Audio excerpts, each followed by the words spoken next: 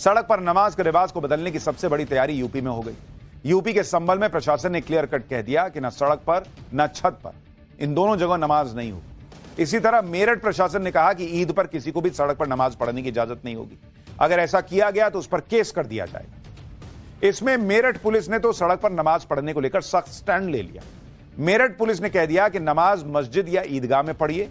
इस बारे में सबको नोटिस भी जारी किया गया है। पिछली बार भी सड़क पर नमाज पढ़ने वाले 200 लोगों पर केस किया गया था। मेरठ पुलिस ने सख्त मैसेज देने के लिए यह भी याद दिलाया कि अगर केस हुआ तो पासपोर्ट और लाइसेंस तक रद्द हो सकता है।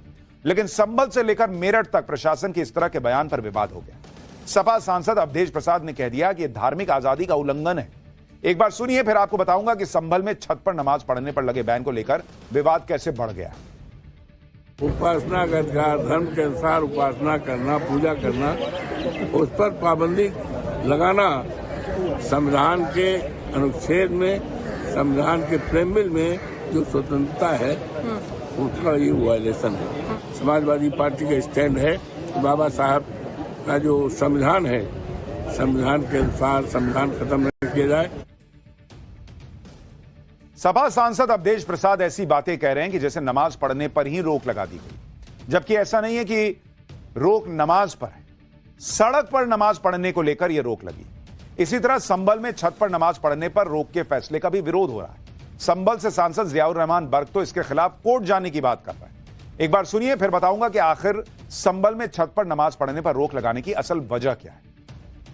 सड़कों पर जगराते होते हैं, सड़कों पर कांवड़ यात्रा निकलती है, सड़कों पर सारे जलसे जुलूस होते हैं जो हिंदू त्योहारों के जलसे जुलूस हैं।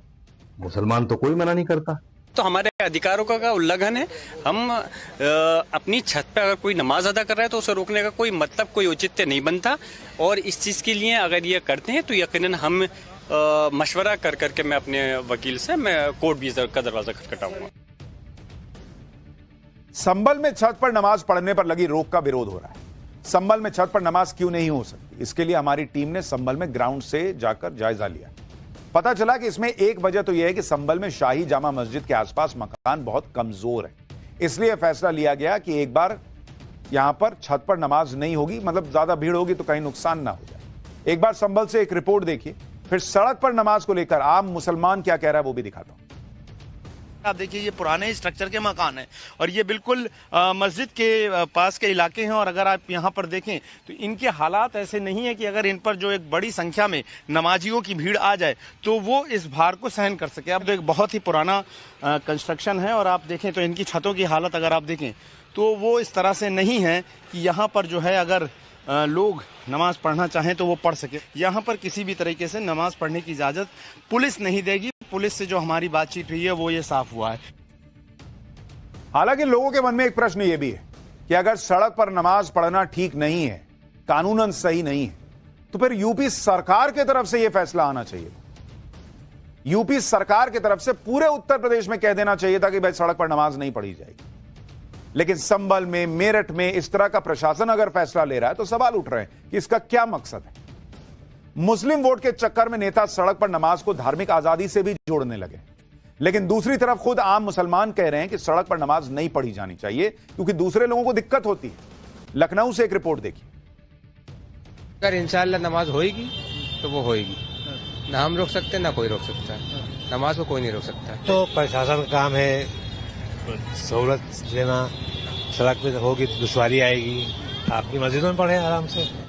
अब लेकिन जो पढ़ रहा है वो चीज गलत है क्योंकि सड़क पे नमाज पढ़ने से आने जाने वाले लोगों को परेशानी होती है। जैसा करेंगे वैसा होगा, वरना फिर रोड पे भी होएगी, मस्जिद में भी होएगी। नहीं, हमारा भी ये राय है कि सड़क पे नमाज नहीं पढ़नी चाहिए, भाई मस्जिद के अंदर ही पढ़े आप। यानी मुसलमानों की भी यह राय है कि सड़क पर नमाज नहीं होनी चाहिए। बहुत सारे लोगों को यह भी लगता है, सोशल मीडिया पर आप देखिए कई हिंदू भी कह रहे हैं कि सड़क पर रोज नमाज ना हो, हर जुमे के दिन सड़क पर नमाज ना हो। लेकिन अगर किसी एक दिन, ईद के दिन, मान लीजिए बहुत ज्यादा लोग एक साथ नमाज पढ़ना चाहते हैं, एक दिन सड़क पर नमाज पढ़ लेंगे तो क्या हो जाए। लेकिन ये रोज रोज नहीं होना चाहिए और ये किसी का अधिकार नहीं है, ये लोगों को पता होना चाहिए। खुद आम मुस्लिम मान रहे हैं कि सड़क पर नमाज पढ़ने से दूसरों को दिक्कत होती है, सड़क ब्लॉक हो जाती है।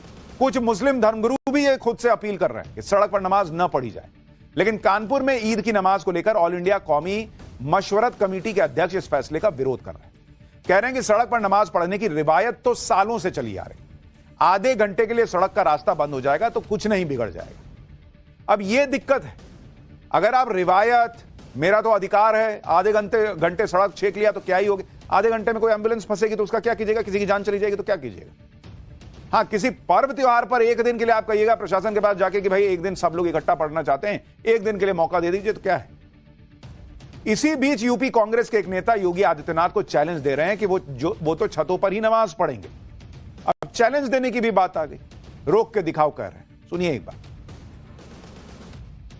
हम अपनी छत पर नमाज पढ़ेंगे, जिससे रोका जाए रोक ले, हमें हमारे घर में नमाज पढ़ने के ये कोई नहीं रोक सकता। जो लोग भी सड़क पर नमाज को मुसलमानों पर अत्याचार बता रहे हैं, उन्हें यह भी जान लेना चाहिए कि मुस्लिम देशों में नमाज पढ़ने को लेकर क्या नियम है। जैसे दुबई में सड़क किनारे या पूर्व निर्धारित जगह के अलावा कहीं और नमाज पढ़ने पर करीब 23,000 रुपए का जुर्माना लगता है दुबई में। रोड सेफ्टी और नमाज पढ़ने वाले की भी सेफ्टी को देखते हुए ये फैसले लिए गए। इसके अलावा सऊदी अरब में तो साल 2023 में रमजान के समय लाउड स्पीकर पर पाबंदी लगा दी गई। तो एक तरफ मुस्लिम देश अपने यहां मुसलमानों पर तरह तरह की पाबंदी लगा रहे हैं, और वो भी इसलिए ताकि किसी को असुविधा ना हो, और दूसरी तरफ भारत में कुछ लोग ऐसा माहौल बना रहे हैं जैसे मोदी राज में मुसलमानों को टारगेट किया जा रहा है, जबकि सच यह है कि खुद मुस्लिम समाज के लोग सड़क पर नमाज पढ़ने को सही नहीं मान रहे। आप कुछ और लोगों को सुनिए। योगी जी का मैं इस आदेश पर समर्थन करता हूं, दिल से समर्थन करता हूं। हमारी नमाज से किसी को तकलीफ ना हो, ये हम लोगों को ध्यान देने की जरूरत होनी चाहिए। जो हम बोले वो करते हैं, जो वो बोले फिर वो हमको भी करना चाहिए। आप रास्ते पे या किसी ऐसे जगह पे नमाज ना पढ़ें जहाँ से लोगों को तकलीफ हो। रोड पे जो नमाज होती है वो नमाज से भड़क जाते हैं लोग। हमको जो है जो कायदे कानून के दायरे में ही रहना चाहिए, उसमें हम लोग 2 जमात भी कर सकते हैं, कोई दिक्कत वाली बात नहीं है। यानी मुस्लिम समाज का एक बड़ा वर्ग कह रहा है कि भाई सड़क पर नमाज पढ़ने से लोगों को दिक्कत होती है तो ये करना ही नहीं चाहिए। इधर सड़क पर नमाज को लेकर विवाद छिड़ा हुआ है, और इसी बीच समाजवादी पार्टी के नेता ने सीएम योगी को चिट्ठी लिखकर अलविदा और जुमे की नमाज पर पुष्प वर्षा की मांग। सपा नेता फिरोज खान को सुनिए। मैं तो चाहता था कि माननीय मुख्यमंत्री जी इसकी पहल शुरुआत करें, क्योंकि बड़ा अच्छा मैसेज जाता है। चाहे कांवर के हमारे साथी हों, लाने वाले 30 रोजे रखने के बाद में हमारे मुल्क की और तरक्की के लिए इबादत करते हैं लोग, तो 30 रोजे रखने के बाद में जब रोजदार जाता है नमाज को, उसमें तो एक अलग ही हौसला उसका और खूबसूरती होती है। हर जिले में अगर ये काम हो तो बड़ा अच्छा लगेगा। यूपी में सड़क पर नमाज को लेकर भले ही विवाद हो रहा, लेकिन ईद को लेकर यूपी पुलिस की अपनी तैयारी है, जिसमें ड्रोन से निगरानी की जाएगी कहा जा रहा है। अहम जगहों पर सीसीटीवी लगाए गए हैं। संवेदनशील इलाकों में भारी पुलिस बल की तैनाती है। सिविल ड्रेस में पुलिस रहेगी। लोकल इंटेलिजेंस की मदद ली जाएगी। सोशल मीडिया पर मॉनिटरिंग होगी। धर्म गुरुओं से अपील की गई है कि भाई देखिए स्थिति कंट्रोल में रहे। एंटी सोशल एलिमेंट्स पर नजर रखने की बात है।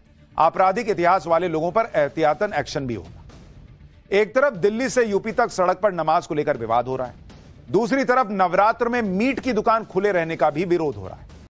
दिल्ली में विधानसभा के उपाध्यक्ष मोहन सिंह बिष्ट ने इसकी मांग की है। बिहार में बीजेपी के मंत्री कह रहे हैं कि नवरात्र में मीट की दुकान बंद होनी चाहिए। यूपी में भी अलग अलग जगह नवरात्र में मीट की दुकान बंद करने की मांग उठ रही है।